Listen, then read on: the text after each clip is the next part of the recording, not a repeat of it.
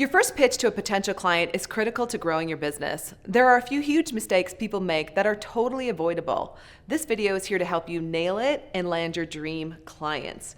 Here are the 5 steps to a bulletproof pitch. First, you want to do your research and know as much about the company as you can. I know that might sound very traditional or old school, but research still matters, especially if you're doing a cold reach out. And of course, this day and age, you can find tons of information by just Googling a company, right? You'll find all the things or spend a little bit of time on their website. But the more information you have, the easier it is to reach out. Now, the other thing you could do is you could have a subscription with an organization like Hoover's, which gives you access to more detailed information about companies. You do have to pay for that, but it's another way to get the information ahead of time and really do your research. I had a client who only did cold calling when she was launching her magazine. She was doing cold calling and cold emailing. And one of the things that really helped her was having a subscription with an organization like Hoover's, because she was able to identify vice presidents of marketing in major corporations. And that saved her so much time. So part of her research was identifying the right people to talk to. And then the other part was just being really clear on how her magazine could really solve a problem for them in terms of marketing. And she was surprised after we wrote her first cold email on the response that she got. So do your research first and know as much about the company as you can, whether you're making a phone call or reaching out by email. Second, once you know you've set the appointment, you have the meeting, you've done your research, and your meeting is about to happen. Let's say the meeting, is this morning and it's going to be at 10 o'clock. So I highly recommend doing a mental rehearsal. So all you want to do is imagine like a movie playing out in your mind, this meeting from start to finish. When you do this, your subconscious mind doesn't know the difference. And so your subconscious mind can see the meeting playing out from the very beginning to the very end. And of course, the very end is where you're seeing yourself with the client having that contract signed, or whatever the clear next step would be to show that they are your new client, paying, them giving you your credit card, that kind of thing. Again, your subconscious mind will already be in alignment with exactly how you want that meeting to go. This is actually an NLP technique. NLP is neuro-linguistic programming. They call it future pacing, where you step into the future and you work your way backwards to see yourself successfully completing that goal. So again, step into that end result of the contract is already signed, they've already paid, and then allow your mind to work backwards from that, and then let the movie play back again. So when it comes to the pitch, another thing you want to do is to have a clear next step, okay? And this is language that you definitely want to use in the sales process. So the next step is, right, like you are the director, I like to say, of the sales process. And so you're showing your clients the next step is, right? The next step is simply this. While you're having the sales conversation, you're asking a series of questions, right? You're asking open-ended questions to discern whether or not you can really help them. By asking open-ended questions related to their goals and related to their pain points, you can quickly figure out whether or not they're a good fit and if you can solve their problem. If you can, right? Let's say you're moving along and you know that you can, that's at the point where you can offer the clear next step. So the next step would be whatever it is, right? Or you might give them 2 options. The next step could either be this or this. What would work best for you? And so what you're trying to do is really help the client get clear on what they believe the next step would be for them. Once they choose the next step, that's an open door. You know they want your help, they're ready to move forward, and from there it's like, let's get the contract signed and your start date on the calendar, or whatever it might be, right? Everyone's is a little bit different. But again, you are directing the conversation simply by saying the next step is. Another thing you want to make sure you do, and I see this is something that gets missed a lot, and this next step is a step that has cost companies millions and probably trillions of dollars. Because let's say during the conversation you realize that they can't make a decision today for whatever reason. Maybe it's because there's someone else who needed to be in the meeting and they weren't, and we didn't know that ahead of time. Maybe it's because they just have to figure out how they're going to pay for it. They need to meet with accounting. Could be anything. This is where you have to get a next appointment on the calendar. So before you leave that meeting, simply ask the person you're meeting with, your client, to take out their calendar. You take out your calendar and you get the next step. You schedule that next appointment. Now, a lot of times people say, like, how far out should I schedule that appointment?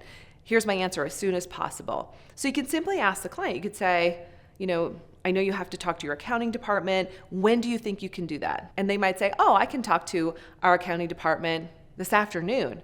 Great. Let's talk tomorrow morning. I'm available, between 9 and 11. What time would work best for you? They say 10 o'clock. That's great. And then either you or your assistant or someone on your team would send them a calendar invite, because you want to lock that appointment down immediately. You want it on their calendar. People get busy, stuff comes up. You want that appointment on the calendar. When you do that, when you get that clear next step, that clear next appointment on the calendar, and it's an appointment invite and they've clicked on it, then you can breathe a sigh of relief, because the next step is solid.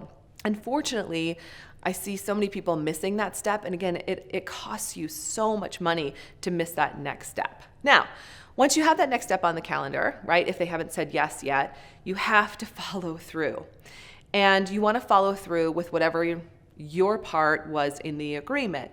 So for example, maybe the next step was that, while they were going to talk to their accounting department, you needed to put the formal proposal together or finalize or tweak some parts of the proposal. So you want to make sure that's ready to go before the meeting. Whatever your part is, you just want to follow through. You might even want to send an email and say, hey, Dave, loved meeting with you today.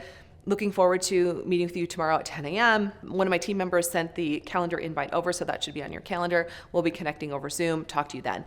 What you don't want to say in that follow-up email is anything about, if you need to cancel, let me know, whatever. You never want to put that in an email, because when you do, it's like almost subconsciously inviting people to cancel. So instead, you make the assumption that they're not going to cancel. You're just moving this forward. So you've successfully now taken the pitch from the start to the end, right? And if you haven't gotten a close, you now have a way to get it on the calendar to make sure that next step is solid.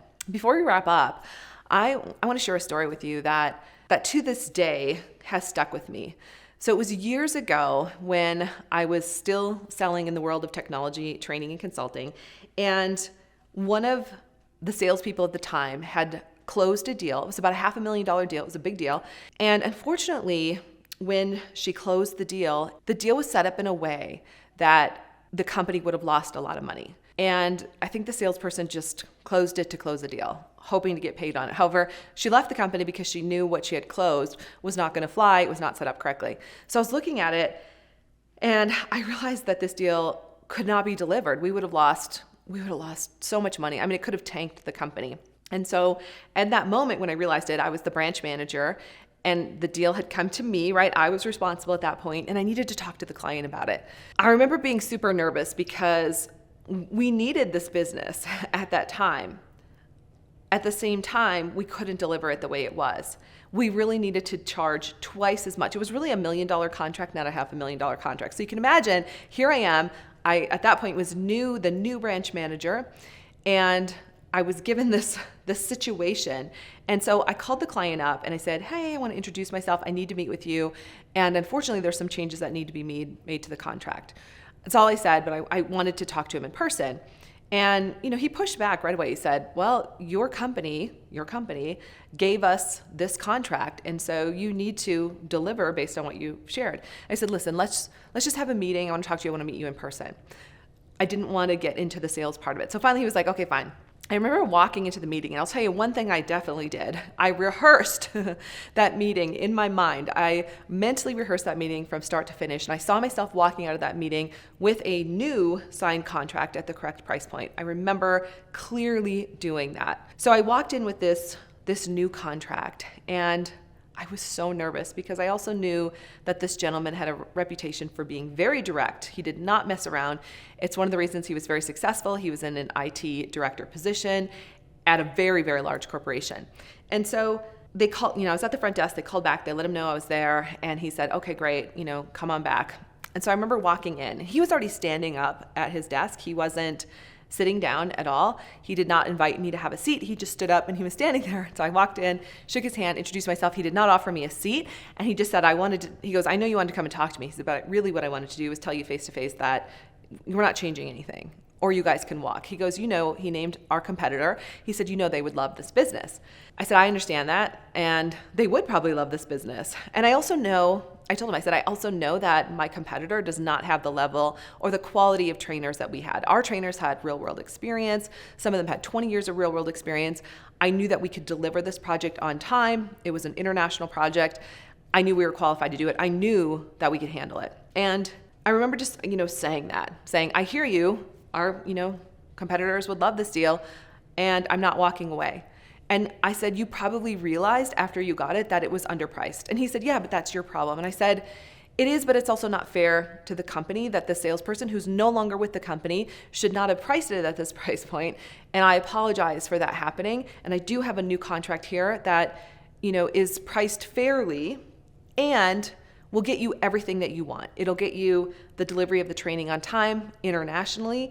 It will get you the highest quality trainers that will ensure that the training is done at the highest level so that it goes off without a hitch.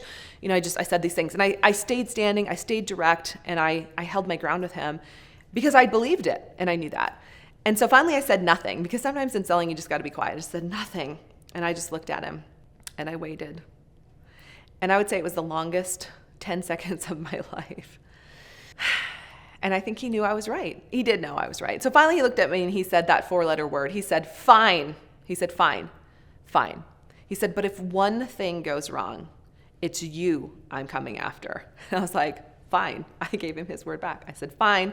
I know we can deliver. And not only did we deliver that deal, it was an international deal. We delivered it without a hitch going off. That client became a lifetime client with the company and continued to do a lot of business with us. So I share that with you because sometimes when a deal feels like it's done, or you delivered a pitch and it didn't go the way you wanted to, don't give up on it. Don't give up on it. Go back, because when you believe in your product or service, others will believe in that product or service as well, and they'll know that you really can help them. 5 steps to a bulletproof pitch.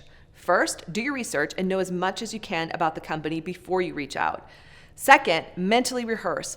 Imagine there's a movie playing out and work backwards from the end result where you get the sale. So play it forward and backward. Next, always have a clear next step that you're offering to the client. You can go this way or that way. Walk them through the process. Fourth, if they don't say yes in that meeting, add a next step to the calendar. You have to have another appointment. And then finally, follow through with what you said you were going to do. I hope you enjoyed learning more about how to pitch, what to do, what not to do. Stick with me, because up next, we're going to talk about all the different sales strategies that are out there. And remember, your 2X is waiting for you too.